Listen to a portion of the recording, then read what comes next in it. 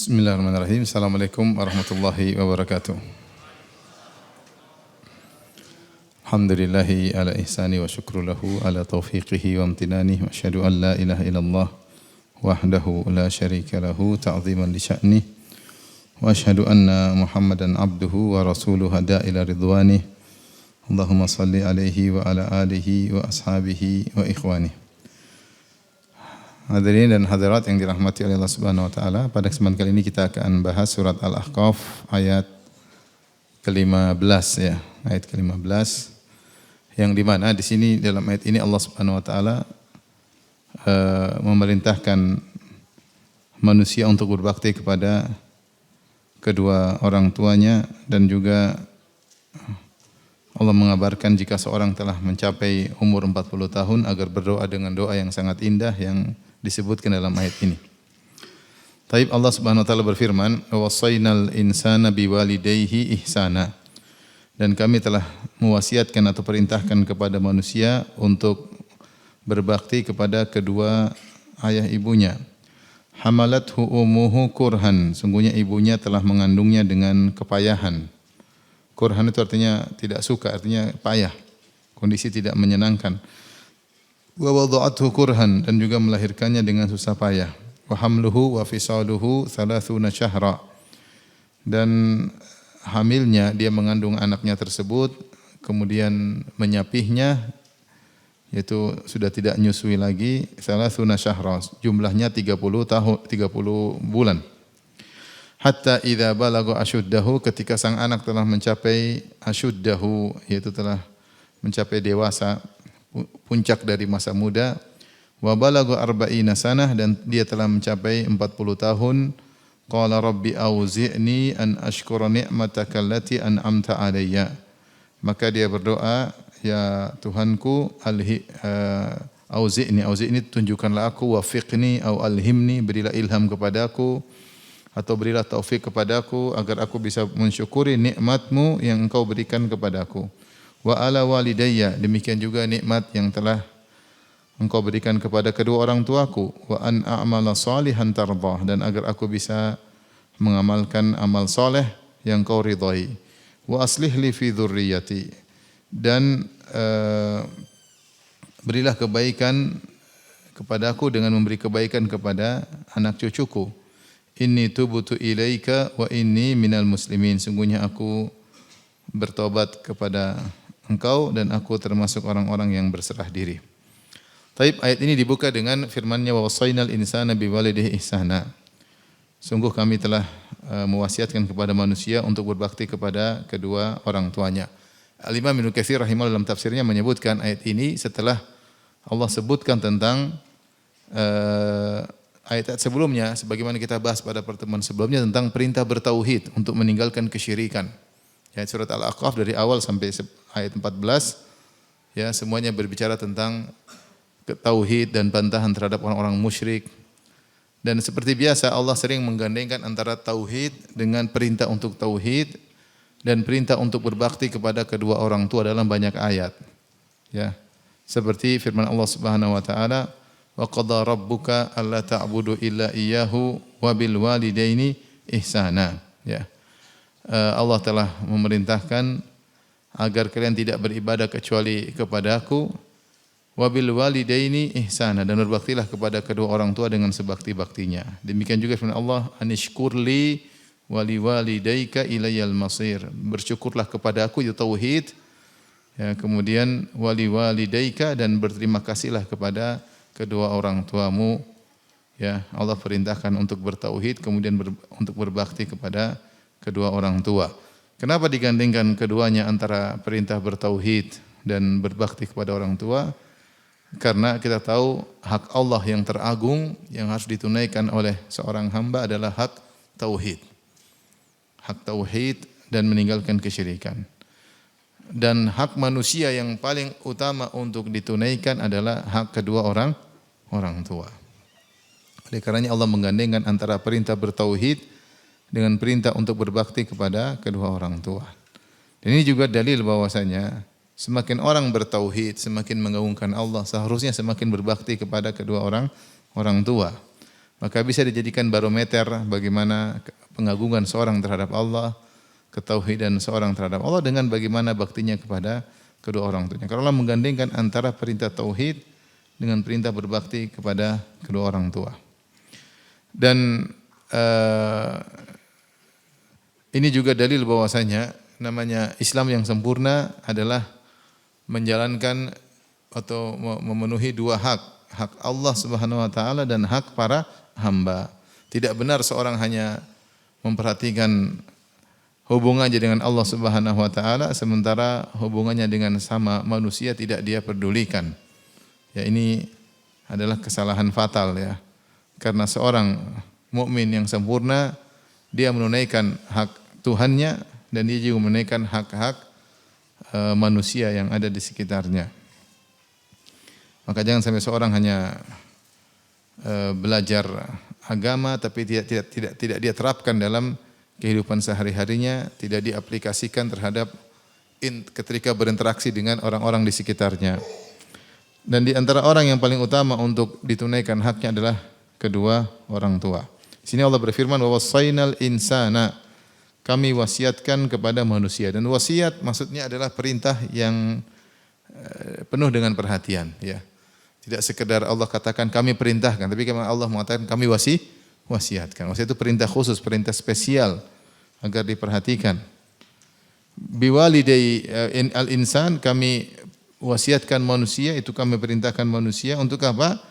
Biwalidayhi ihsanan, untuk berbuat baik kepada kedua orang tuanya, untuk berbuat baik kepada kedua orang tuanya. Ya. Ada yang mengatakan bahwasanya maknanya kami wasiatkan kepada manusia bil ihsan ila walidayhi, bil ihsan bi walidayhi, untuk berbuat baik kepada kedua orang tuanya, sebagaimana pendapat Ibnu Jarir At-Tabari, dia mengatakan bahwasanya al ihsan di sini dikatakan bil ihsan, wasainal insan bil ihsan bi walidayhi, kami perintahkan atau kami wasiatkan kepada manusia bil ihsan, untuk berbuat yang baik kepada kedua orang tuanya. Ada juga yang mengatakan ya bahwasanya ihsan di sini adalah maf'ul bih yang kedua, objek yang kedua. Objek yang pertama adalah manusia, objek yang kedua adalah ihsan. Ini pendapat sebagian ulama, sehingga maknanya adalah wa wasaina, maksudnya adalah alzamnal insan ihsanan biwalidayhi, yaitu kami lazimkan manusia untuk berbakti kepada kedua orang tuanya. Maknanya sama, ini sekedar sisi i'rab bahwasanya dia mengatakan ihsanan di sini adalah maf'ul kedua, karena wasaina maknanya adalah alzamna, ya, alzamna.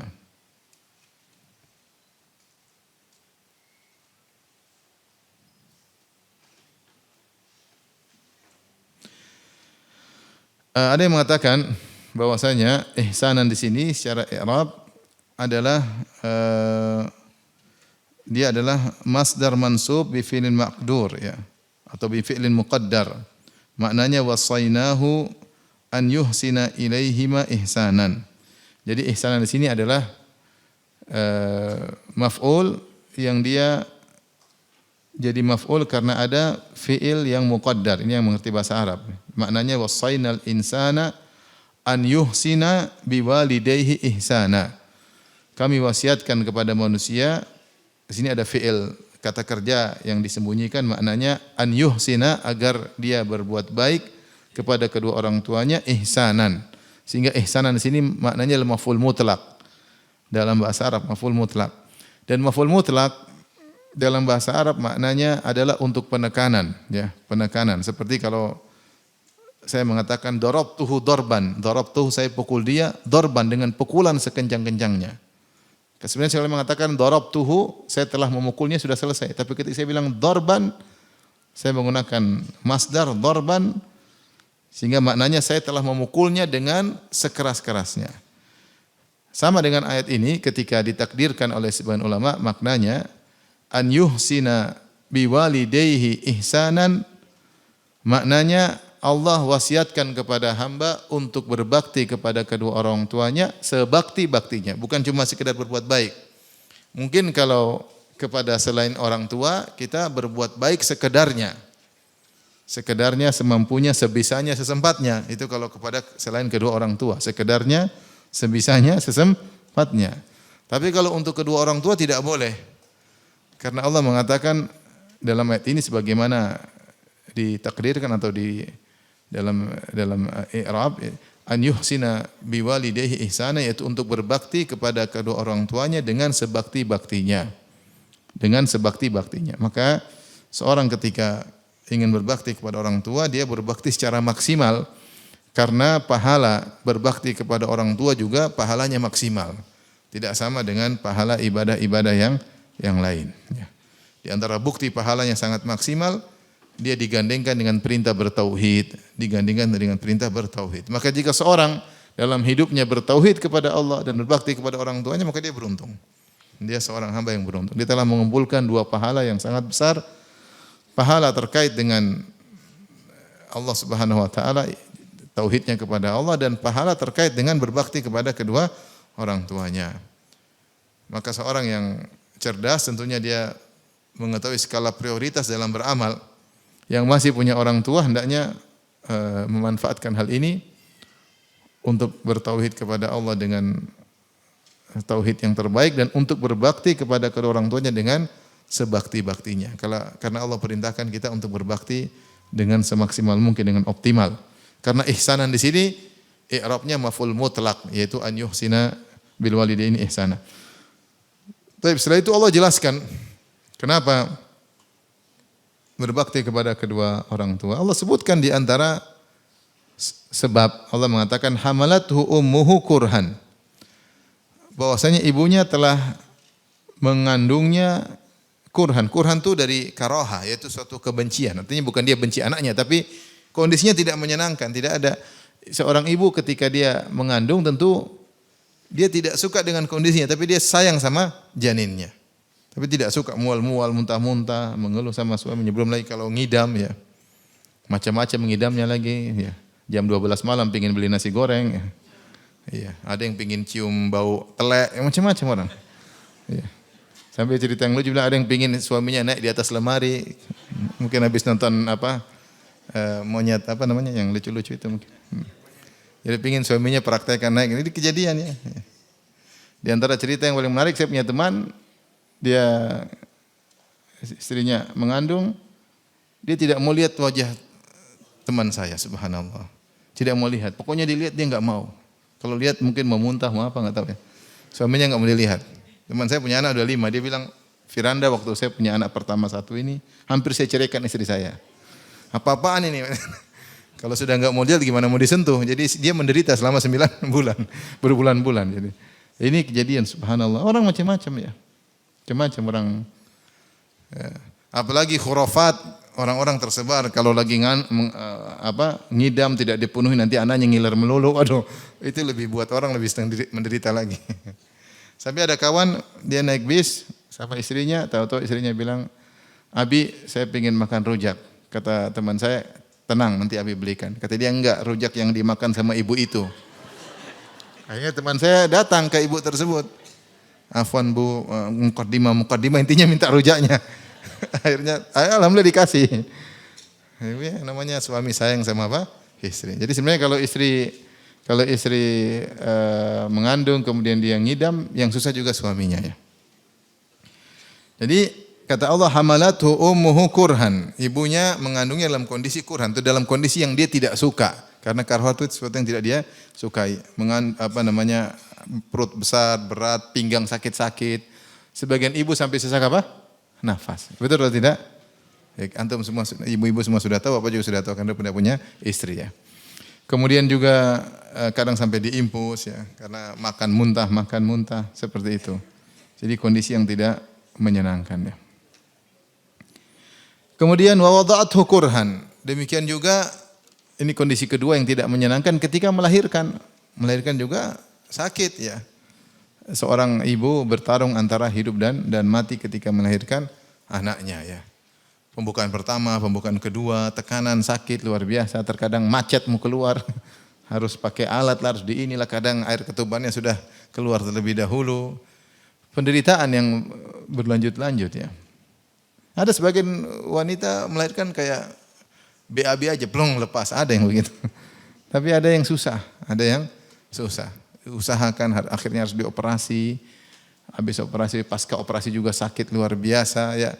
Intinya melahirkan juga kondisi yang tidak menyenangkan. Meskipun tidak menyenangkan tapi dia bahagia karena dia menanti janinnya yang akan keluar yang dia nanti-nantikan. Ini kesulitan kedua yang dialami oleh seorang ibu ya. Tentunya ayah juga mengalami tapi tidak seperti repot sang ibu yang langsung mengalami kesulitan tersebut. Kemudian yang kesulitan yang ketiga, Allah mengatakan wa hamluhu wa fisaluhu 30 syahra. Kemudian masa mengandungnya dan masa menyusuinya 30 bulan. Setelah melahirkan dia harus menyusui 30 bulan. Fisaluhu dari kata fasal yaitu terpisah, yaitu dia memisahkan anaknya dari menyusui, disebut fitam. Kalau kita namanya menyapih ya, sudah menyapih, disapih berarti sudah selesai. Karena fasal itu artinya memisahkan, dia memisahkan anaknya dari dia sudah tidak disusui lagi. Jumlahnya antara mengandung dan menyusui jumlahnya 30 bulan ya. Taib. Kita perhatikan di sini ya, ada beberapa yang kita ambil dari poin ini. Dari sini sebagian ulama berpendapat bahwasanya ini pendapat mayoritas ulama bahwasanya hak ibu lebih utama daripada hak ayah. Hak ibu lebih utama daripada hak ayah. Makanya dalam hadis dalam beberapa lafal di antaranya lafalnya ada yang bertanya Rasulullah, man ahakun nasi bi husni sahabati. Ya Rasulullah, siapa orang yang paling utama, yang paling berhak untuk aku baikin? Maka Rasulullah SAW mengatakan, ummak, ibumu. Summa man, kemudian ummuk, kemudian ibumu. Summa man, ummuk, kemudian ibumu. Summa man, kemudian siapa? Summa abuk, kemudian ayahmu. Dalam riwayat yang lain, Rasulullah ditanya, man abar, siapa yang aku berbakti? Ya Rasulullah, siapa yang aku bakti? Kata Rasulullah SAW, ummak, ibumu. Summa man, kemudian siapa? Ummak, ibumu. Summa man, kemudian siapa? Summa ummak, ibumu. Summa man, summa abak, kemudian ayahmu. Sini ibu disebut 3 kali dan ayah disebut sekali. Ini bukan ibunya ada 3 ya, enggak, ibu cuma 1 ya. Kemudian di sini jumhur ulama berpendapat bahwasanya hak ibu 3 kali lipat daripada ayah. Di antara dalil mereka selain hadis ini adalah ayat ini. Kenapa dalam ayat ini Allah menyebutkan 3 hal istimewa atau spesial yang dialami oleh ibu yang tidak dirasakan oleh ayah, yaitu mengandung, melahirkan dan menyusui. Ini tidak dilakukan oleh ayah sama sekali. Karena 3 hal ini menjadikan hak ibu 3 kali lipat. Ini pendapat mayoritas ulama. Mereka mengatakan hak ibu lebih utama daripada hak ayah ya. Sebagian ulama berpendapat seperti mazhab Imam Malik, tidak, kata Imam Malik dan juga yang menyetujui pendapat beliau, hak ibu sama hak ayah sama, tidak ada bedanya. Tidak ada. Makanya Allah berkata, Allah mewasiatkan berbakti kepada kedua orang tuanya. Allah menyebutkan secara bersamaan kedua orang tuanya. Dan dalam doa, wa qur rabbirhamhuma kama rabbayani shaghira. Ya Rabbku, rahmatilah mereka berdua. Digandengkan selalu. Dan dalam wujud seorang anak adalah hasil antara suami dan istri, antara ayah dan ibunya. Bahkan sang anak dinisbahkan kepada siapa? Ayahnya. Bahkan demikian juga Rasulullah pernah berkata kepada seorang bahwasanya anta wa maluka li abik, engkau dan hartamu adalah milik ayahmu. Anta wa maluka li abik, engkau dan ayahmu adalah engkau dan hartamu adalah milik ayahmu. Sehingga Imam Malik berpendapat bahwasanya derajat mereka berdua sama. Sampai ada seorang bertanya kepada Imam Malik kalau tidak salah ya, ibuku memintaku, ayahku memintaku untuk pergi, sementara ibuku melarangku untuk pergi. Apa yang harus aku lakukan? Ayahnya menyuruh dia pergi bersafar, ibunya bilang kau harus di sini menemaniku. Apa yang harus saya lakukan? Maka Imam Malik kalau tidak salah berkata, Ati abak wala ta'si ummak. Kata Imam Malik, taat kepada ayahmu dan jangan kau membantah ibumu. Terus gimana caranya? Ada yang mengatakan ibunya dibawa safar ke bapaknya. Ibunya dibawa safar ke bapaknya. Tapi intinya ini isyarat bahwasanya dua-duanya memiliki kedudukan yang sama. Terus kalau kedudukan sama, kenapa Allah sebutkan tentang mengandung, melahirkan, menyusui? Ada yang mengatakan karena itu adalah jasa ibu yang tidak terlihat oleh anak. Jasa ibu yang tidak terlihat anak. Dia lupa. Dia ketika janin dia tidak rasa. Ketika melahirkan dia tidak rasa. Ketika dia disusui juga dia sudah lupa. Lain halnya dengan jasa bapaknya yang dilihat tiap berkesinambungan. Bapaknya kerja cari nafkah, bapaknya kerja cari nafkah. Sehingga dia melihat keletihan ayahnya yang tiada henti-hentinya. Sementara kebaikan ibunya rawan untuk terlupakan. Apalagi namanya durhaka kepada ibu lebih besar daripada kepada ayah. Orang takut durhaka sama ayah. Kalau durhaka sama ayah langsung tempeleng ya. Atau ayah kasih bogem pukul selesai. Tapi kalau ibu bahkan dipukul oleh anak ya. Oleh karenanya apalagi di zaman Nabi SAW di situ banyak wanita yang tidak dihargai. Oleh karenanya ketika Allah menyebutkan tentang kebaikan ibu mengandung, menyusui dan melahirkan, ini karena ini adalah kebaikan yang tidak terlihat oleh sang anak. Dan ini kebaikan ibu sangat mudah dilupakan. Banyak orang takut sama bapaknya, tapi sama ibunya enggak takut. Ya. Karena ibunya saking dekatnya, maka perlu diingatkan untuk berbakti kepada ibu. Ala kulli hal ini dua pendapat. Pendapat jumhur mengatakan ibu harus lebih utama. Dan ini perlu diperhatikan ketika terjadi kontradiktif antara keinginan ibu dan ayah. Secara masih bisa dikompromikan maka taat kepada kedua-duanya. Ya. Ada pendapat Imam Malik rahimahullah taala sama derajatnya ayah dan ibu tidak ada bedanya ya. Sebagaimana ibu susah ayah juga apa? Susah ya. Ya, ayah juga susah. Ibu ngidam tapi yang carikan rujak siapa? Ayah. Ibu ngidam yang carikan rujak adalah ayah. Allah alam bisawab. Artinya kita berbuat baik sama ibu, jangan lupa berbuat baik kepada ayah kita. Tapi di sini ada faedah juga. Allah mengatakan wa hamluhu wa fisaluhu 30 syahra. Mengandungnya dan menyapihnya 30 bulan. Jadi masa dari waktu dari mengandung sampai selesai menyusui 30 bulan. 30 bulan enggak sampai 3 tahun.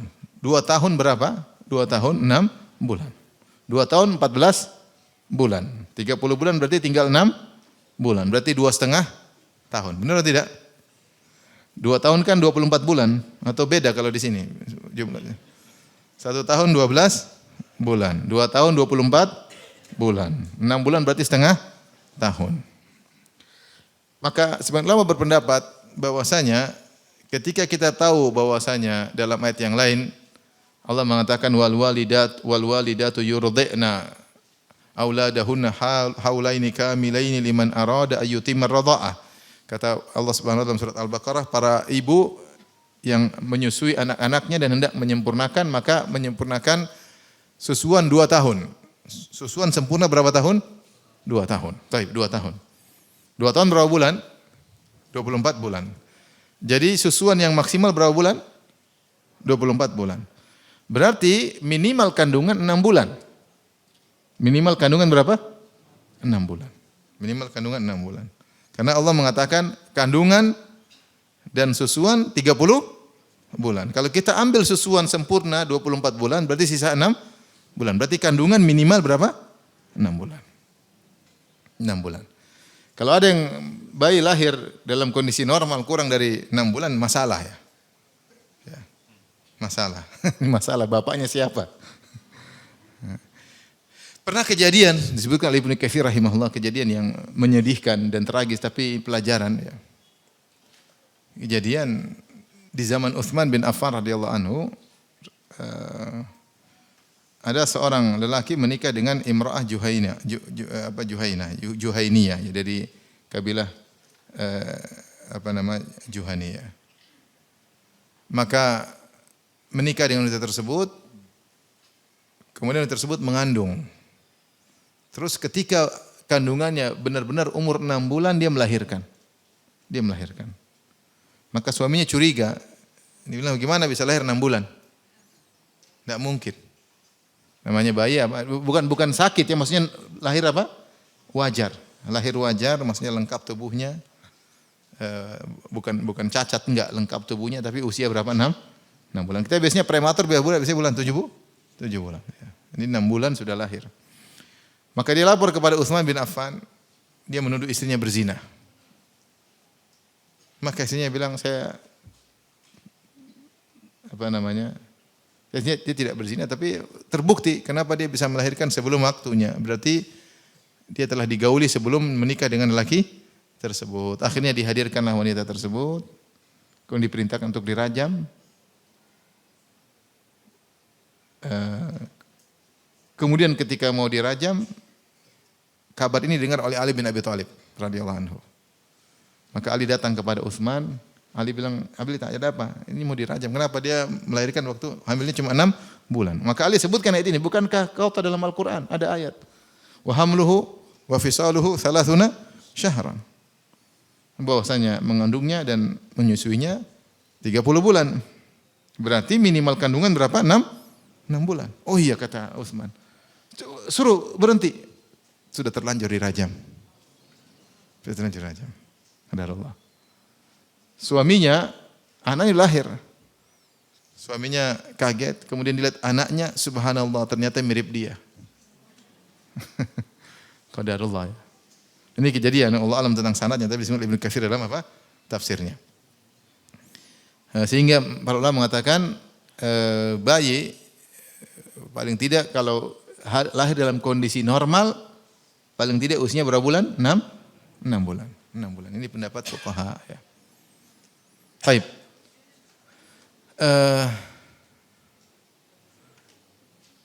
Ada yang mengatakan kalau seandainya bayi ternyata mengandung dalam waktu 9 bulan, maka seorang ibu boleh menyusui 2 tahun kurang 3 bulan, berarti 21 bulan. Intinya jika dia sudah genapkan 30 bulan sudah sempurna, paham? Usia kandungan dengan usia menyusui 30 bulan berarti sudah sempurna. Jika sang anak lahir dalam usia 8 bulan, paham? Berarti dia sudah boleh menyusui berapa bulan? Berapa tahun? 2 tahun kurang 4 bulan. 2 tahun kurang 2 tahun kurang 2 bulan. 2 tahun kurang 2 bulan. Tapi kalau di kandungan ternyata 1 tahun. Sampai ada perawi dikatakan di kandungan selama ada orang dalam kandungan 2 tahun. Mungkin atau tidak? Wallahu alam, saya enggak tahu. Tapi ada sebagian perawi disebutkan dia usia di kandungan lama. Di kandungan apa? Lama. Ada yang mengatakan ini untuk menyempurna karena kalau bayi dalam perut cuma sebentar, dia kurang sempurna gizinya. Maka butuh dikasih gizi dari susu ibunya. Tapi timbul pertanyaan, bolehkah anaknya lahir 9 bulan? Terus ibunya menyusui sampai 2 tahun lebih, boleh atau tidak? Anaknya masih pengen nyusu. 2 tahun sampai 3 tahun, mesti apa nyusu. Boleh atau tidak? Bilang wallahu alam. Boleh atau tidak? Boleh. Saya kemarin ditanya, ada seorang ibu, anaknya sudah 2 tahun lebih masih nyusui. Teman-temannya, ibu-ibu yang lain yang sudah ngaji, itu tidak sunnah, kau melawan sunnah. Ini bukan, hukumnya boleh ya. Saya para ulama khilaf. Kalau ulama telah sepakat bahwasanya kalau anak disusui kurang dari 2 tahun, maka menjadi saudara susuan. Dan mereka khilaf bagaimana kalau disusui lebih dari 2 tahun. Berarti boleh atau tidak? Boleh. Mereka khilaf apakah jadi saudara susuan atau tidak. Tapi bolehnya boleh. Tentunya melihat maslahat dan mudarat. Intinya kalau sang anak mungkin masih belum senang makan, masih boleh disusuin. Dia masih makan, masih malas ya. Intinya hukumnya boleh ya. Tentunya jangan disusuin sampai SMA, jangan.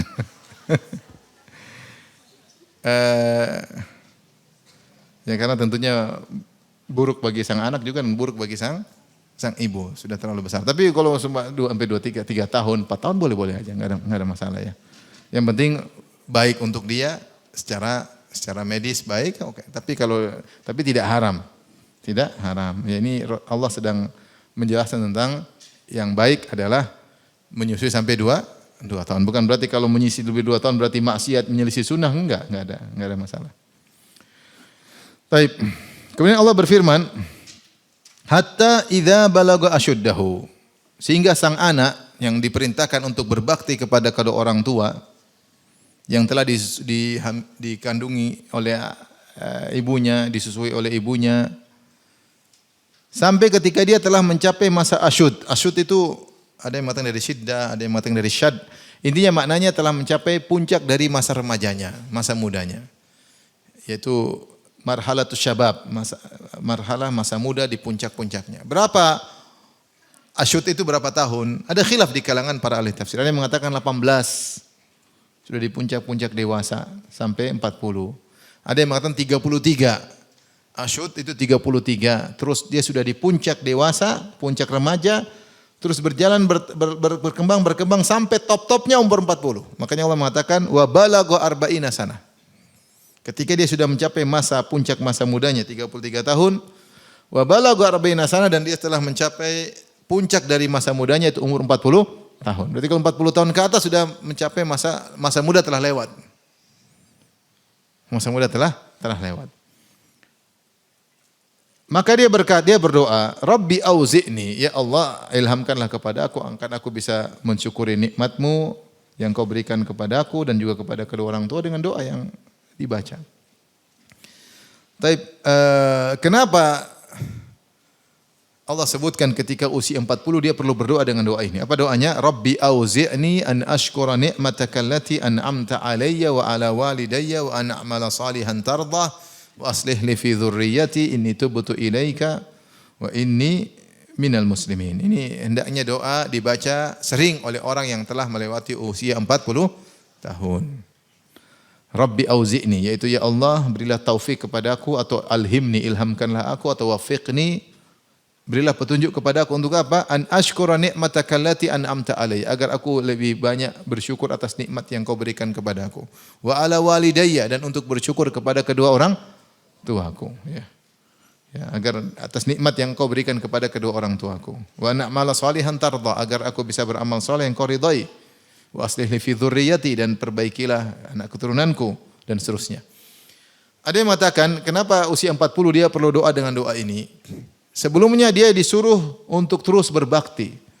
Sejak dia dewasa, dia terus berbakti sampai marhalat asyud. Sejak umur 15, ya sebelumnya juga berbakti. Tapi dia baru dibebani dengan beban taklif, yaitu sudah disebut mukallaf, ya. Ketika usia 15 tahun, atau ketika mimpi basah, atau ketika bulu kemaluan sudah tumbuh di sekitar kemaluannya, maka dia sudah mukallaf, sudah dibebani, yaitu sudah bisa dikatakan dia berdosa. Sebelumnya kan belum. Maka dia berbakti kepada orang tuanya terus umur 15, 16, 17 terus berbakti sampai di puncak-puncak umur 33. Tidak boleh dia stop berbakti kepada kedua orang tuanya. Dan ketika di puncak umur 40 dia harus waspada. Maka dia berdoa dengan doa ini, kata sebagian ulama. Kenapa? Karena 40 rawan dia lupa dengan ibunya. Rawan dia lupa dengan bapaknya. Kenapa rawan? Karena ketika umur 40 dia mulai banyak pekerjaannya. Ya tidak. Udah mulai banyak tanggungannya. Anaknya semakin apa? Banyak. Listrik semakin banyak dibayar. Keperluan istri juga semakin bertambah. Tadinya masih muda, mungkin ke salonnya sedikit. Semakin tua semakin banyak ke salon. Kenapa? Sudah semakin tua harus semakin macak, semakin berhias. Semakin banyak keperluan yang aneh-aneh, ya. Sehingga dia harus punya perhatian lebih banyak kepada anak-anaknya, dan perhatian kepada istrinya, dan perhatian kepada usahanya, dagangannya, dan semakin banyak relasinya. Nah, kondisi seperti itu semakin rawan untuk lupa kepada kedua orang tua. Di satu sisi dia semakin sibuk, di sisi lain orang tuanya semakin tua, semakin tidak mampu ngurus dirinya. Kita kalau umur 40, orang tua sudah umur berapa? Paling 60, 70, ya, sudah semakin tua. Maka di saat itu dia perlu mempermantap dirinya dengan berdoa kepada Allah agar bisa beramal soleh. Di antaranya berbakti kepada kedua orang tuanya. Karena usia seperti itu usia rawan untuk lupa berbakti kepada kedua orang tua. Betapa banyak mama cemburu karena anaknya sudah perhatian sama istrinya, lupa sama mamanya. Mama tidak pernah ditelepon, tidak pernah dikunjungi. Tidak ditelepon, tidak pernah dikunjungi. Ya. Nah, orang tua jarang bilang, kadang-kadang orang tua tuh gengsi. Nak kesini dong, malu dia. Dia diam-diam aja. Tapi anaknya juga tidak ngerti-ngerti.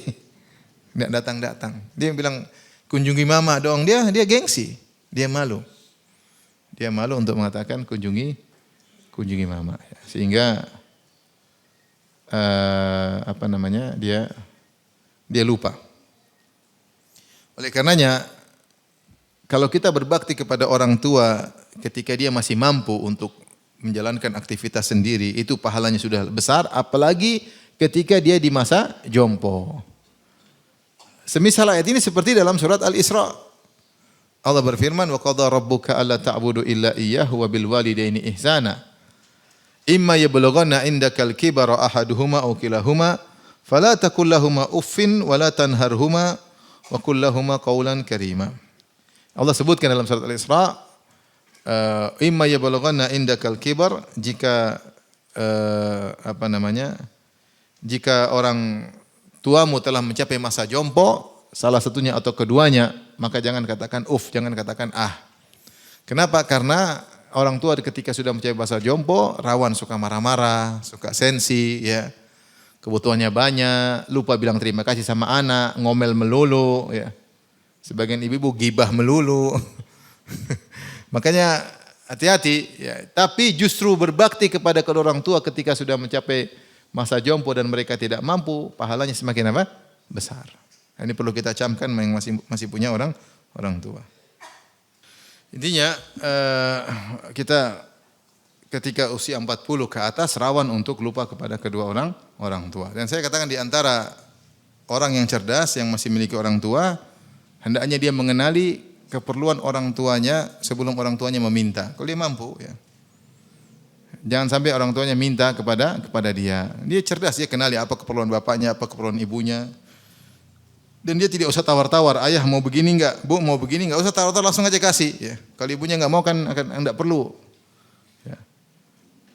Kalau nunggu orang dia tawar, kadang orang tuanya malu, enggak enak. Dia bilang enggak, padahal dia perlu. Makanya saya pernah baca, saya sering sampaikan hal ini, saya baca ada perkataan seorang dalam tulis ini mengatakan, saya baru ngerti ternyata saya durhaka kepada orang tua saya. Ketika saya sudah tua, anak saya sering nawarin, Abi mau ini enggak? Saya mau, cuma saya bilang enggak. Nanti anaknya lagi, Abi mau ini enggak? Kata dia enggak. Ternyata saya dulu juga begitu. Harusnya enggak usah tawar, langsung aja kasih. Orang tua masih punya mereka segan sama anaknya. Kita kalau minta sama orang tua enggak segan-segan. Orang tua meminta sama anak segan. Masih ditawarin aja dia segan bilang iya. Kalau kita dikasih orang tua, iya mak, enggak usah ragu mak. Kamu mau enggak mama kasih warisan? Ya mau lah mak. Kalau perlu kakak enggak usah, saya aja mak. Kalau orang tua kita tawarin kadang dia pun masih malu. Harusnya kita kasih aja. Jadi di antara cerdas seorang adalah mengenali keperluan kedua orang tuanya dan dia berikan sebelum mereka meminta. Kalau kita enggak mampu lain urusan, Allah Maha tahu. Maka wa balagha arba'ina sanah. Ketika sudah mencapai 40 tahun, ya.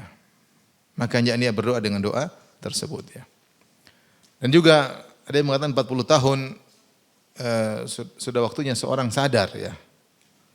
Karena ketika 40 tahun ke atas maka kondisi semakin menurun. Dia puncak-puncak hebat, puncak-puncak jago 40. Setelah itu kondisi mulai menurun. Maut bisa menjemputnya kapan saja, ya. Ya. Makanya saya sering sampaikan, kalau dulu sebelum umur 40 tahun enggak ada yang bawa obat kemana-mana. Tapi kalau sudah 40 tahun ke atas ada aja obat di bawah. Obat darah tinggi, obat asam urat, obat kolesterol, obat pusing, ada aja di bawah. Obat encok, ya. Umur 40 tahun ke atas mikir ke sana makan apa aja enggak pernah mikir. 50 tahun ke atas sudah mulai bawa obat, ya. Yang umur 30 belum tahu, mungkin nanti udah 30 ke atas, 40 tahun ke atas. Baru kenapa? Karena kondisi fisik seorang mulai menurun. Mulai menurun. Nah, kalau fisiknya mulai menurun, dia tahu dia bakalan mati. Maka dia harusnya fokus untuk beribadah kepada Allah Subhanahu wa taala. Ya, fokus. Jangan sampai dia 40 tahun dia mulai nakal di usia 40 tahun. Nakal sebelumnya. 40 tahun sudah harusnya dia tobat. Bagian orang 40 tahun malah semakin duniawi. Kalau disebutkan dalam biografi penduduk kota Madinah 40 tahun mereka fokus ibadah, mulai kurangi kegiatan duniawi. Karena makanya kita lihat banyak mereka hebat umur belasan, mereka sudah hebat umur 20 mereka sudah jadi pemimpin. Orang dahulu hebat-hebat. Kita 40 tahun ke atas mereka sudah mulai persiapan untuk ibadah. Itu penduduk kota Madinah. Kita atau sebagian kita, saya tidak mengeneralkan, tapi sebagian kita umur 40 semakin apa? Semakin sibuk. Mulai relasi semakin banyak. Mulai dagangan semakin berkembang. Mulai semakin beli macam-macam. Ini rawan untuk lupa kepada Allah Subhanahu wa taala. Rawan untuk lupa kepada Allah, rawan untuk lupa untuk berbakti kepada kedua orang tuanya. Ya. Maka hendaknya dia berdoa dengan doa yang agung ini. Kata Asy-Syaukani dalam Fathul Qadir, hendaknya orang berusia 40 tahun memperbanyak doa ini. Memperbanyak doa ini karena agar dia tidak lupa. Taib dihafalin doanya, Rabbi auzi'ni an ashkura ni'mataka allati an'amta alayya wa ala walidayya wa an a'mala salihan tardah wa aslih li fi dzurriyyati inni tubtu ilaika wa inni minal muslimin. Nah, ini sering kita doa. Doa kepada Allah Subhanahu wa taala. Tapi mana doa ini kita bacakan? Rabbi auzi'ni, ya auzi'ni maksudnya Allah ilhamkanlah kepadaku atau wafiqni, berilah taufik kepadaku. Terutama untuk apa? Untuk bersyukur, karena syukur tidak mudah. Syukur tidak mudah. Orang diberi kenikmatan sering lalai untuk bersyukur. Makanya sudah sering disampaikan bahwasanya penghuni surga kebanyakannya fuqara. Kata Nabi SAW, ittala'tu ala ahlil jannah fa wajadtu aktsara ahliha al-fuqara. Aku nengok di surga, aku dapati kebanyakan penghuninya adalah orang-orang fakir. Kenapa orang fakir? Karena orang fakir ketika diuji dengan kesulitan mereka lebih kuat bertahan menghadapinya. Tetapi orang kaya ketika diuji dengan kekayaan mereka sering lupa untuk bersyukur. Banyak orang kaya kalau diuji dengan kekayaan tidak lulus. Kebanyakan demikian. Makanya Allah mengatakan, kalla innal insana la yatgha. Sekali-sekali manusia itu kalau sudah berkecukupan maka la yatgha, akan melampaui batas. Sombonglah, angkuhlah, hura-huralah, foya-foyalah, mentang-mentanglah. Kapan? Ketika sudah diberi kekayaan. Sehingga banyak orang diberi kekayaan, dia susah untuk bersyukur. Lupa. Makanya Nabi mengatakan, mal faqra akhsha alaikum. Bukan kemiskinan yang aku khawatirkan menimpa kalian. Kenapa? Kalau orang miskin masih kebanyakan bisa bersabar. Orang sih lihat saudara-saudara kita sama kaum muslimin ada yang mungkin tidur di pinggir jalan, ada yang di bawah itu, tapi mereka masih sabar. Masih bisa apa? Sabar.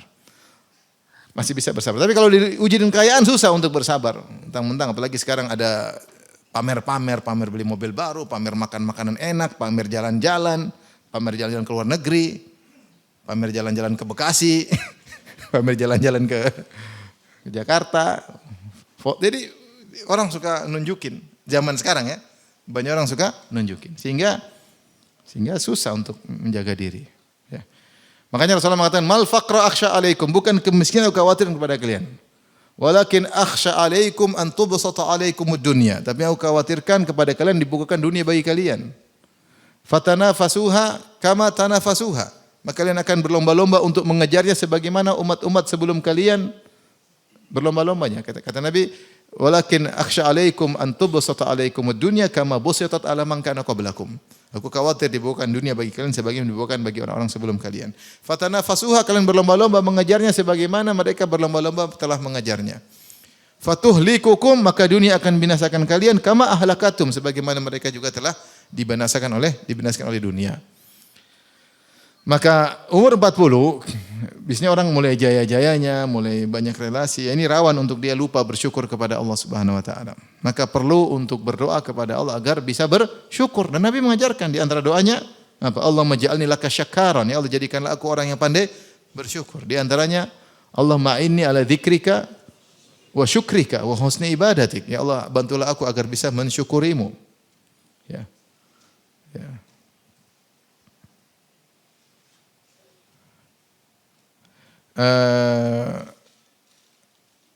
An asyukura ni'mataka, agar aku bisa mensyukuri nikmatmu, ya. Dan syukur nikmat itu tidak mudah. Ketika Rasulullah SAW keluar kelaparan. Kemudian ketemu Abu Bakar juga kelaparan, ketemu Umar kelaparan. 3 orang manusia terbaik di alam semesta. Artinya Nabi dan umatnya umat terbaik Abu Bakar dan Umar. Umat Islam maksudnya. Keluar kelaparan. Kata Rasulullah, tidaklah mengeluarkanku kecuali yang telah mengeluarkan kalian. Yaitu lapar. Akhirnya mereka ketemu dengan seorang Ansari. Kemudian sahabat tersebut membawakan korma, kemudian potong kambing makan. Kata Rasulullah SAW, la tus'alunna an hadan naim. Sungguh kalian akan ditanya atau kita akan ditanya tentang nikmat yang kita rasakan ini.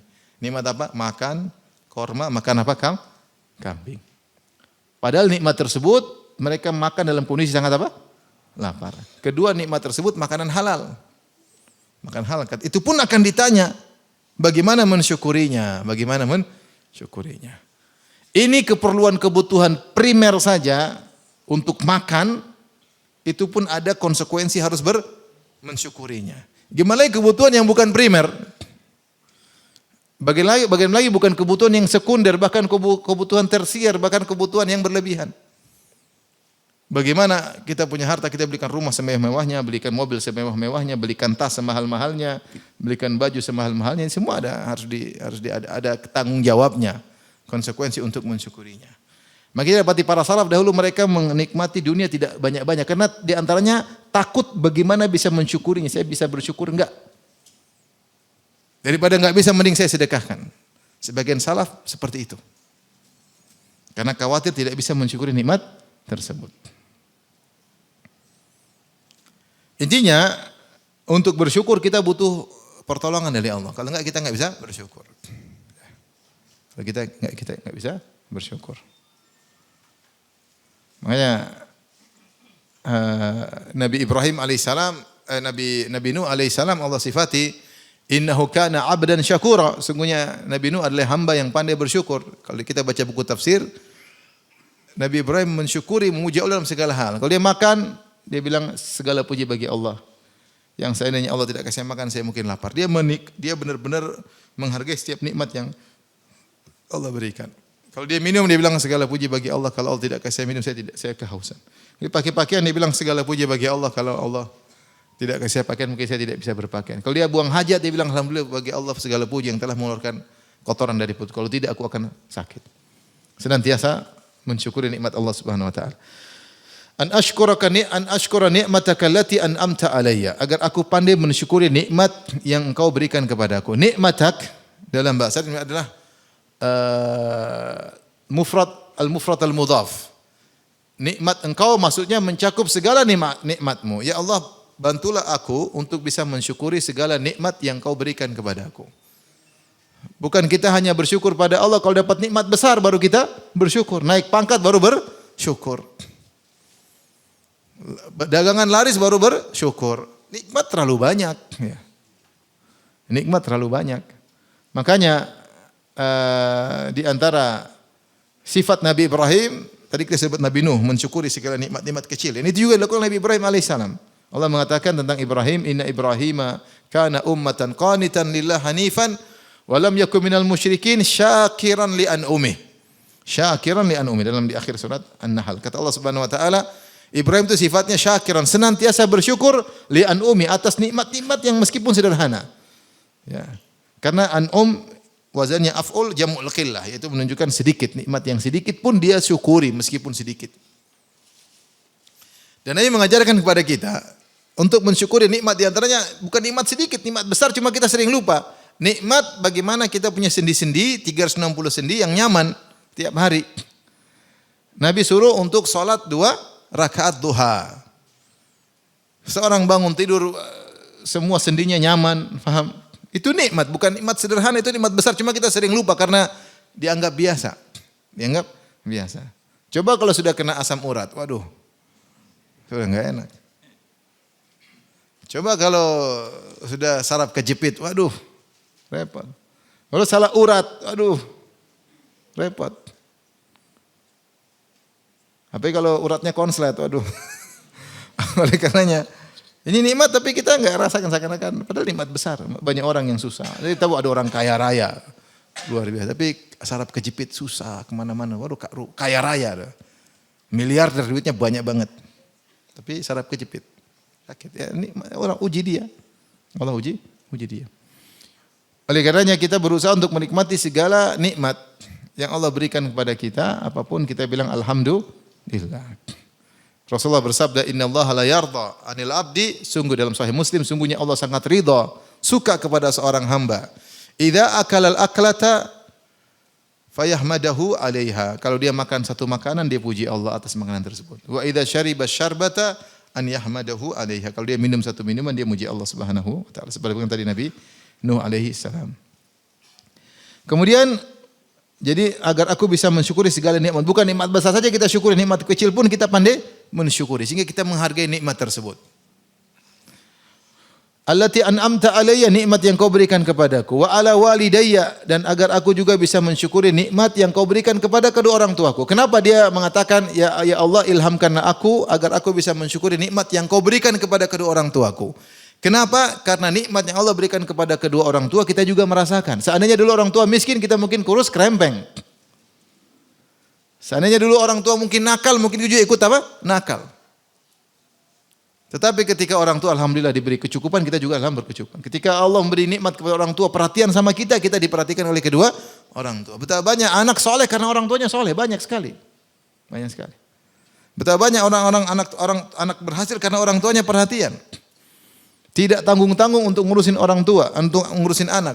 Tidak tanggung-tanggung untuk keluarkan uang, tidak perhitungan untuk ngurusin anak. Seandainya orang tua dulu kita perhitungan sama kita, mungkin kita kurus kerempeng.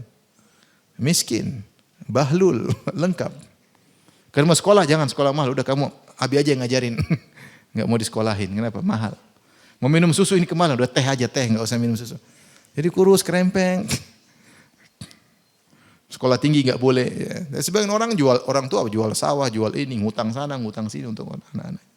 Jadi segala nikmat yang Allah berikan kepada kedua orang tua, sungguhnya kita juga ikut merasakan. Besar atau kecil, tapi kita kecipratan. Pasti kecipratan enggak? Pasti kecipratan.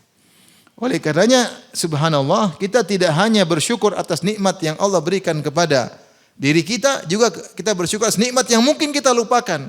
Sungguhnya nikmat yang Allah berikan kepada orang tua adalah nikmat kepada kita. Ini juga mengingatkan kita untuk pandai bersyukur kepada kedua orang tua agar semakin berbakti kepada kedua orang tua. Karena kita ini bisa berhasil di antara mau tidak mau ada peran kedua orang tua. Ini salah satu sebab kenapa kita berdoa agar aku bisa mensyukuri nikmat yang Engkau berikan kepada kedua orang tuaku. Di antara sebabnya juga ada yang mengatakan, ini ada yang mengatakan mendapat bahwasanya ini kita mewakili. Orang tua saya dulu mungkin tidak sempat bersyukur kepada Engkau ya Allah karena sibuk, belum ngaji, belum ngerti. Orang tua kita dulu enggak ngaji. Ngaji atau tidak? Enggak ngaji, akhi. Ngaji paling setahun sekali, Mauludan atau Isra Mi'rajan. Setahun 2 kali. Itu pun ngaji paling ngomong ketawa enggak banyak, enggak ngaji seperti kita sekarang intensif pengajian di mana-mana. Dulu tidak sempat pengajian. Dai masih sedikit, tidak banyak. Itulah yang mereka maksimal yang mereka bisa lakukan berdasarkan ilmu yang sampai kepada mereka. Sehingga kemungkinan mereka kurang bersyukur itu ada. Ada. Mungkin kurang sholatnya, kurang ngajinya, ya enggak ada yang kasih bimbingan. Enggak ada yang kasih bimbingan ya.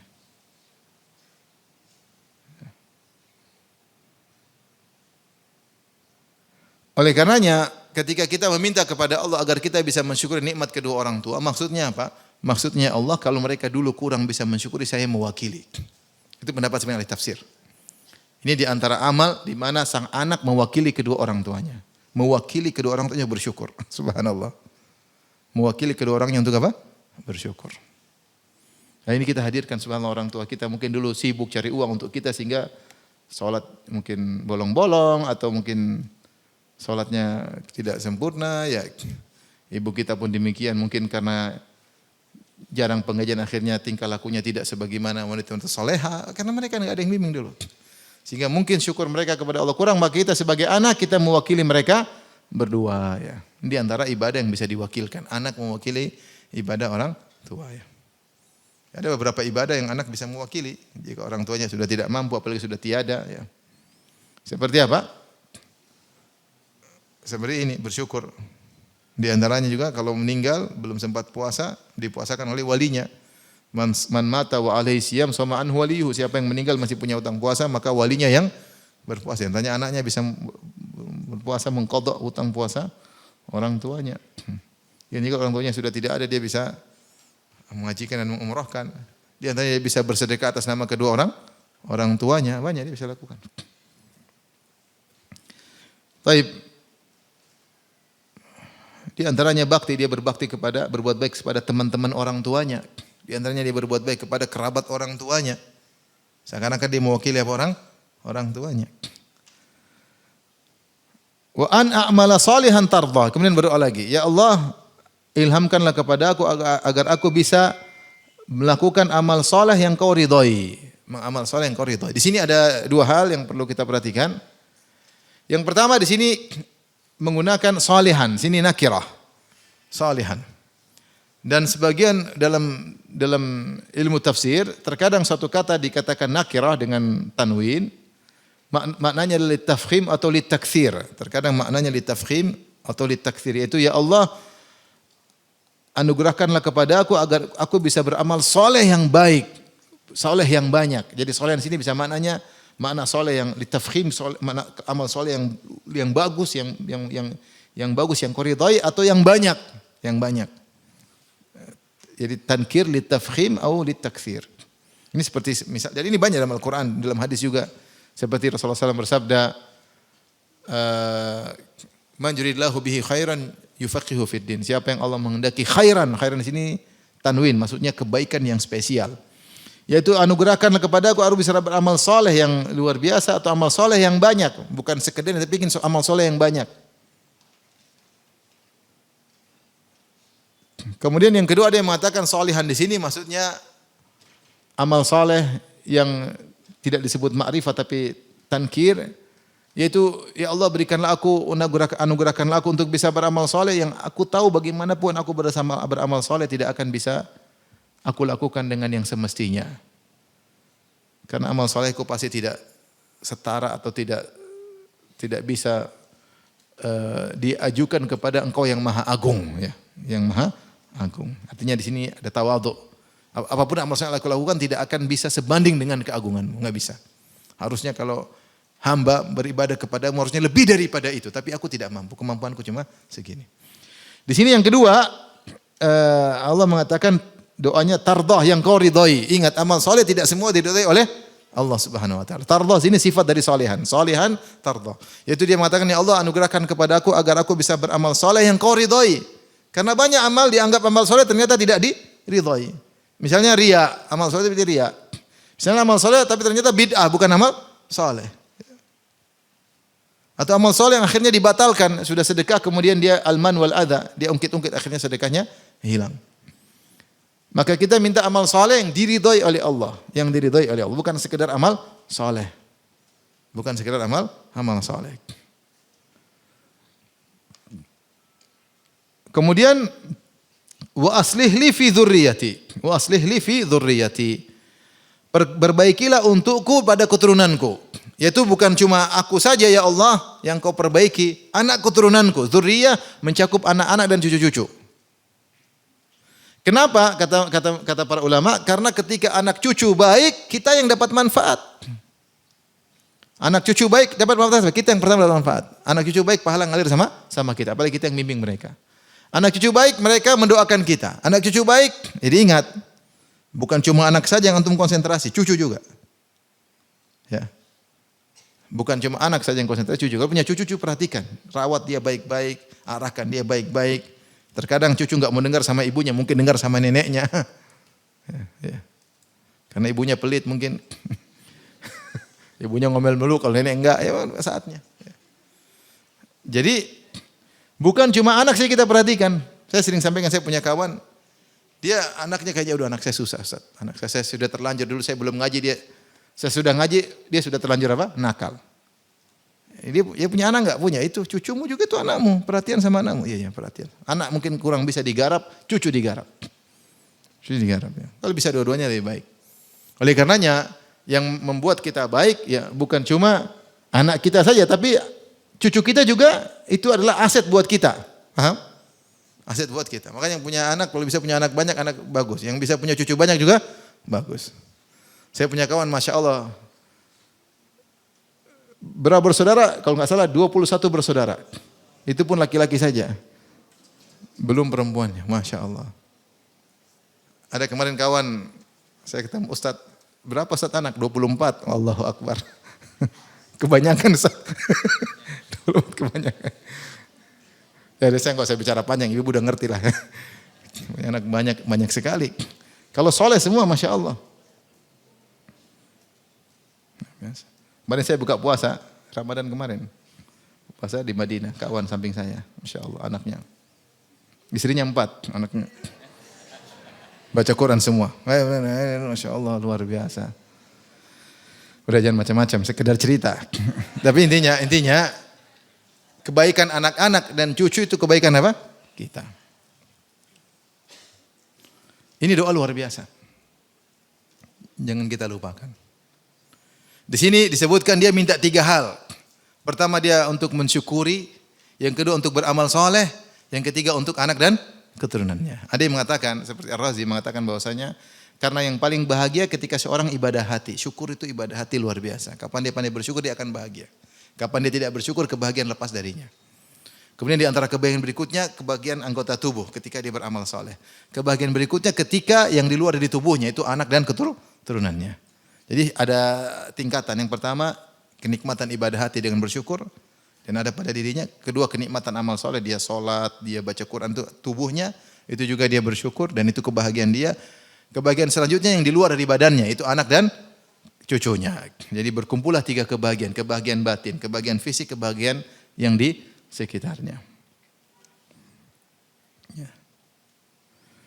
Maka ini perlu kita berdoa. Wa aslih li fi dzurriyyati. Apalagi zaman sekarang anak-anak. Subhanallah godaan begitu banyak. Gangguan begitu banyak ya. TikTok lah, YouTube lah, apalagi macam-macam lah, ya macam-macam.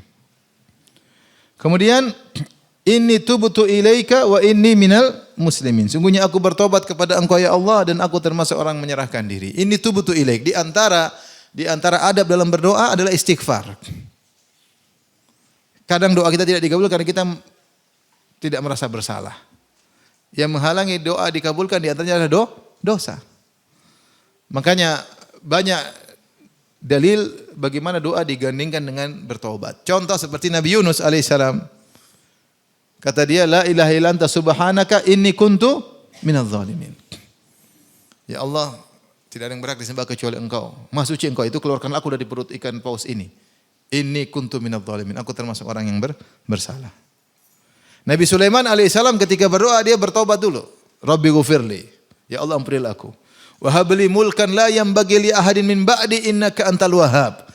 Ya Allah ampunilah aku dan anugerahkanlah kepadaku kerajaan yang luar biasa yang tidak boleh dimiliki oleh seorang pun setelahku. Maka angin ditundukkan untuk Sulaiman alaihissalam, jin-jin ditundukkan untuk Sulaiman alaihissalam, binatang-binatang tunduk kepada Nabi Sulaiman. Nabi Sulaiman sebelum berdoa dia istighfar dulu. Dia bilang apa? Rabbi ghfirli. Seperti doa juga. Doa diakhiri dengan apa? Taubat. Inni tubtu ilaik. Ya Allah aku bertobat kepadamu. Bertobat dari apa? Dari kesalahan-kesalahanku. Di antara bertobat dari ketidakmampuanku untuk beramal saleh, dari tobat dari tidak mampu bersyukur kepadamu, tobat dari tidak mampu berbakti kepada orang tua sebagaimana mestinya. Ini tidak ada antara kita yang berbakti orang tua dengan semaksimal mungkin, enggak mungkin. Kita yang kurang, terkadang angkat suara, terkadang menjalankan sambil jengkel, macam-macam ya. Orang dalam berbakti sama orang tua. Ya, macam-macam. Oleh karenanya kita bertobat dari segala kekurangan, di antaranya kekurangan ketika berbakti kepada kedua orang tua. Wa inni minal muslimin, dan aku termasuk orang yang berserah kepadamu. Aku pasrah tawakal kepadamu.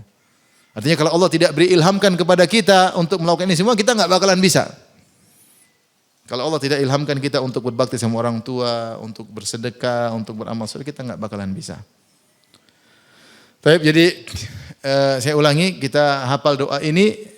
Ya, coba ulangi doanya. Rabbi auzi'ni an ashkura ni'mataka allati an'amta alayya wa ala walidayya wa an a'mala salihan tardah wa aslih li fi dzurriyyati inni tubtu ilaika wa inni minal muslimin. Tadi saya katakan Syaukani mengatakan seorang sudah mencapai umur 40 hendaknya perbanyak doa ini, dan umur saya sudah mau 45. Apalagi yang bapak-bapak depan saya sudah tua-tua, udah 45 double. 40 double, hampir. Baik, demikian saja kajian kita. Insya Allah kita lanjutkan pada ayat berikutnya pada kesempatan yang lain. Kalau ada yang bertanya saya persilahkan.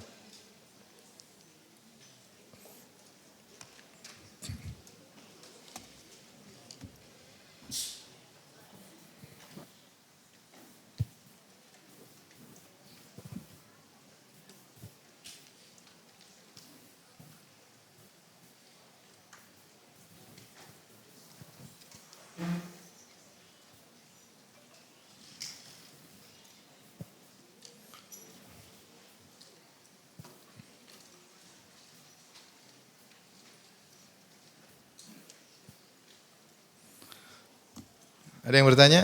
Ibu-ibu?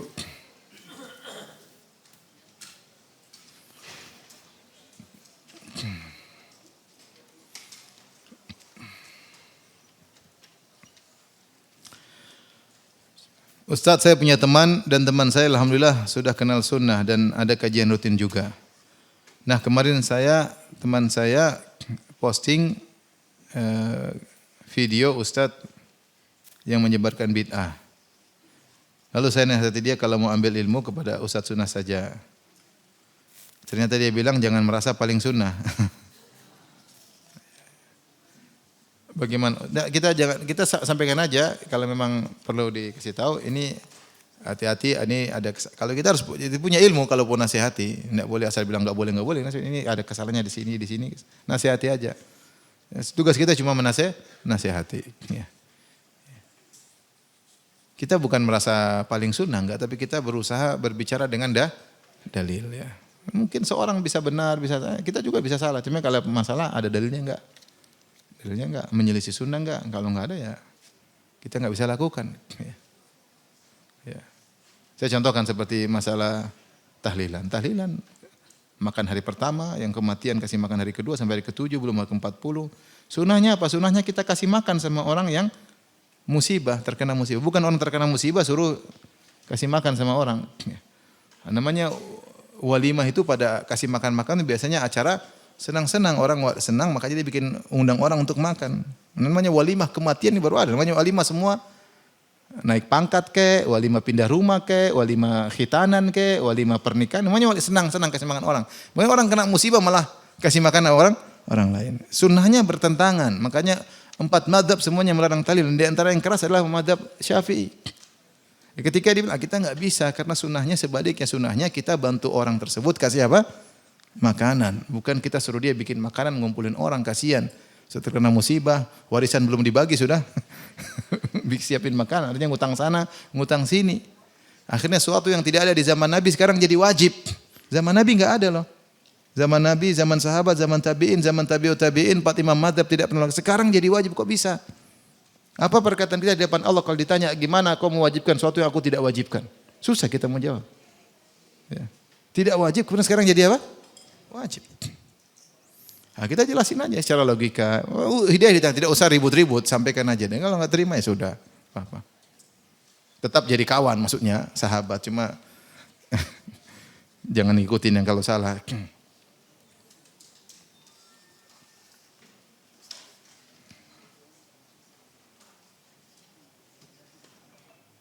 Ustaz, di 10 hari pertama bulan Dzulhijjah, apakah kita meningkatkan ibadah kita di siang harinya saja atau malam harinya juga? Semua, jadi seharian penuh kita melakukan ibadah yang terbaik. Meskipun dikatakan oleh para ulama, malam terbaik adalah 10 malam terakhir bulan Ramadan. Siang terbaik adalah 10 hari pertama bulan Dzulhijjah. Tetapi bukan berarti malamnya enggak baik ya. Artinya itu perbandingan antara 10 Dzulhijjah dengan 10 akhir bulan Ramadan. Siangnya lebih baik 10 awal Dzulhijjah, malamnya terbaik 10 akhir bulan Ramadan. Bukan berarti 10 bulan Ramadan kita cuma ibadah malam hari aja, enggak. Siang hari juga kita beribadah, di antaranya ibadah puasa. Bukan berarti juga 10 hari pertama bulan Dzulhijjah cuma ibadah awalnya saja, malamnya enggak. Enggak, kita ibadah semuanya.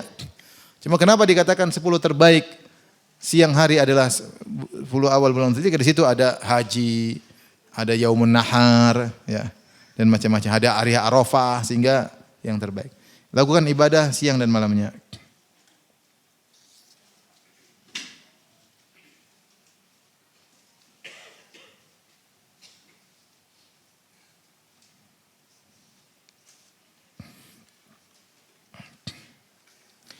Apakah sahih zikir sesudah salat subuh dan maghrib baca la ilaha illallah syarika lahu mulku wa lahu mulku syai'in qadir seperti zikir masuk pasar dibaca 10. Zikir masuk pasar kalau enggak salah ada khilaf tentang hadis tersebut. Cuma kalau yang mensahihkan la ilaha illallah syarika lahul mulku wa lahul hamdu yuhyi wa yumiit wa huwa hayyun la yamut wa huwa ala kulli syai'in. Ada tambahan itu yuhyi wa yumiit wa huwa hayyun la yamut. Itu masuk pasar. Kalau yang 10 maghrib dan subuh tidak ada itunya. Biasa aja la ilaha illallah syarika lahul mulku wa lahul hamdu wa huwa ala kulli syai'in qadir ya. Itu pun zikir masuk pasar ada khilaf tapi sebagian ulama mengatakan hadisnya sahih atau hasan, doanya seperti tadi.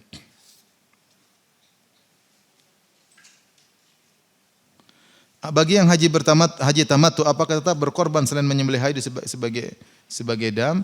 Hadiu bagi haji tamattu atau haji qiran adalah namanya damu syukur. Damu syukur itu sembelih karena bersyukur, bukan karena kesalahan. Jadi dam ada dua, damu syukur dan dam jibran. Dam syukur itu menyembelih karena bersyukur kepada Allah seperti akikah. Di antaranya bisa bersyukur karena dalam satu safar bisa haji dan umrah. Sebagaimana haji qiran ya. Bukan haji pelanggaran. Makanya qiran meskipun pelaksananya seperti ifrat, tetap saja dia menyembelih karena dia untuk bersyukur ya. Beda ada kalau dalam pelanggaran misalnya lewat mikot belum talbiyah yaitu belum niat, itu baru namanya pelanggaran. Keluar dari padang Arafah sebelum terbenam matahari itu potong kambing karena pelanggaran. Itu karena potong kambing karena pelanggaran. Itu namanya dam jubran yaitu untuk nambal kekurangan. Jadi tidak dikatakan dam secara mutlak disangka dam pelanggaran. Enggak. Orang hadiu itu bersyukur. Dia nyembelih karena bersyukur. Nah, kalau dia sudah menyembelih karena bersyukur, dia tidak mesti kurban lagi. Tapi kalau dia mau kurban boleh, tidak dilarang. Fokus dia adalah bagaimana bisa menyembelih hadiu. Kalau sudah menyembelih hadiu sudah selesai. Tapi kalau dia masih ada kelebihan uang pengen kurban maka boleh.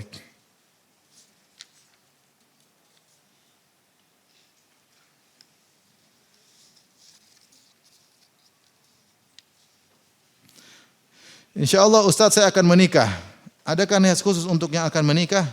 Nasihat khusus yang penting mensyukuri nikmat menikah. Kasihan banyak yang jomblo, yang janda, yang duda, itu menderita semuanya ya. Susah, lebih baik punya pasangan. Nah, kalau udah punya pasangan, syukuri. Pasangan tersebut tidak mungkin sempurna, dia pasti punya kekurangan.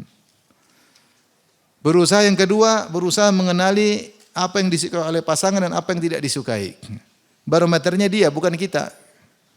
Kalau dia suka, misalnya istri suka pakai warna ungu, jangan kita belikan warna hitam.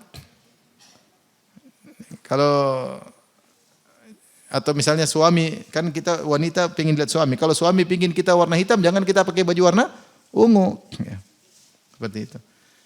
Kalau suaminya suka makan tempe goreng, jangan bikin tempe bacem. Dia nggak suka, jangan paksa. Mas harus sesuai dengan kemauan saya, nggak boleh. Jadi kenali apa yang disukai dan apa tidak disukai.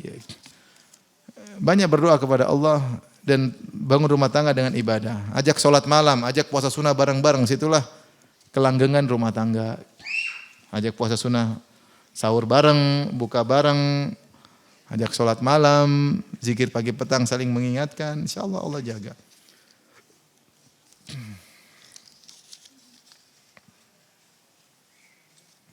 Cara menghapus doa karena lupa qadha salat yang terlewat karena haid. Ya qadha salat yang terlewat karena haid.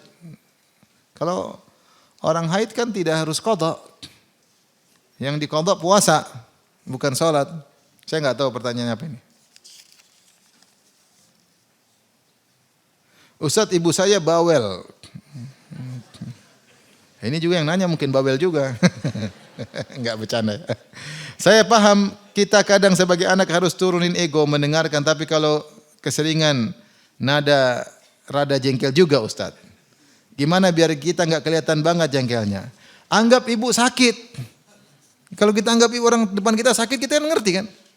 Saya pernah umroh sama seorang, ada anak, kebetulan saya bawa anak, bukan anak orang, tapi maksudnya dia dalam umroh. Kemudian dia bikin macam-macam di restoran orang Arab. Orang Arab itu marah-marah. Saya datang, ya akhi, ini orang sakit. Oh, sudah selesai. Selesai. Kita bilang sakit, selesai.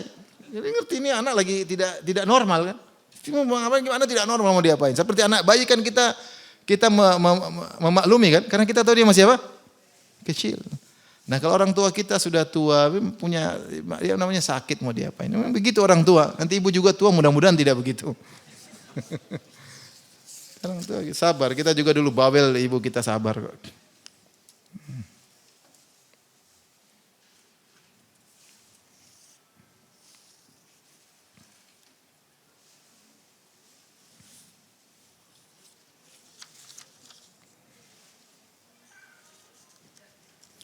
Saya seorang istri tidak berpenghasilan sendiri. Ayah saya sering minta uang kepada saya di luar kemampuan suami saya.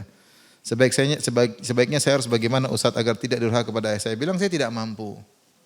Dan suami juga tidak boleh dipaksa ya. Suami tidak bertugas untuk menanggung ayah, enggak ada ya. Ayah punya anak-anaknya yang kalau ayah miskin, anak-anak yang tanggung jawab ya. Ya kalau ternyata anaknya enggak mampu ya kita boleh minta belas kasih suami kita. Bukan kita bilang kamu harus enggak harus dia. Dia enggak harus. Jadi beda antara kita minta belas kasih suami agar bantu orang ayah kalau memang ayah kita enggak mampu ya. Beda dengan kita mengatakan kamu harus bantu enggak wajib. Oleh karenanya kita kalau memang suami luar kemampuan ya kita bilang maaf suami saya belum bisa nanti lain waktu dengan kata-kata yang baik. Doain semoga suami bisa. Kamu kenapa saya enggak kerja ya bilang aja dengan kata-kata. Jangan angkat suara. Tetap aja jelaskan dengan baik.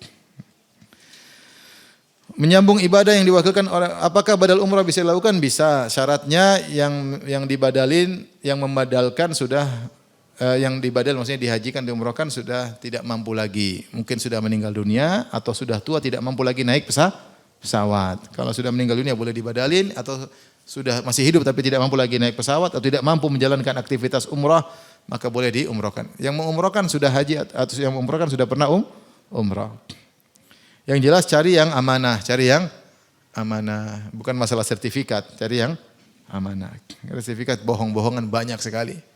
Banyak sekali. Sertifikat haji sama sertifikat apa? Umrah. Baik, demikian saja kajian kita. Subhanakallah bihamdik asyhadu an la ilaha illa anta astaghfiruka wa atubu ilaik. Assalamualaikum warahmatullahi wabarakatuh.